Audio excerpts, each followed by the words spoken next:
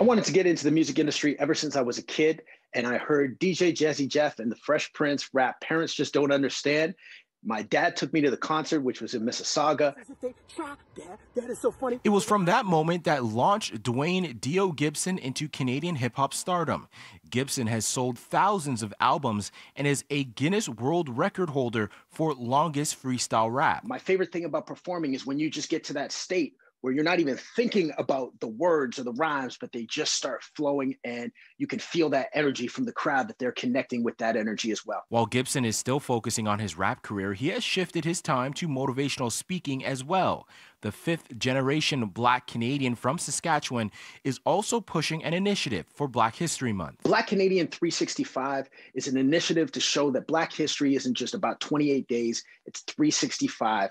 And I wanted to create a resource so that while I'm visiting schools in February and beyond, people could go back to this site and they could find out a little bit more about history. It's great to hear about the quick tag points, but it's really good for kids especially to learn another layer of Black Canadian history so that they're not just learning one or two things, but they're getting a bigger grasp of the bigger picture.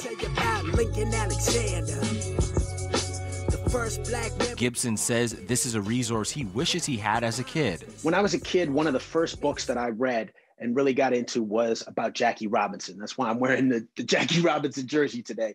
And when I read that story about Jackie Robinson, I was 6 years old. And I was a big baseball fan, as most kids were when they grew up in the 80s and 90s. I loved baseball, but when I read that story, it really hit me because I said to myself, he wasn't allowed to play baseball because he was Black. That didn't make sense to me. But because I love baseball, I recognized what racism was.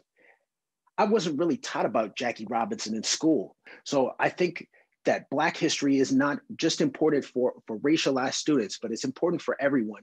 And having a resource like that when I was a kid would have been invaluable. If you want more information, you can find a link on our website, citynews.ca/extras. In Toronto, I'm Brandon Rowe for City News.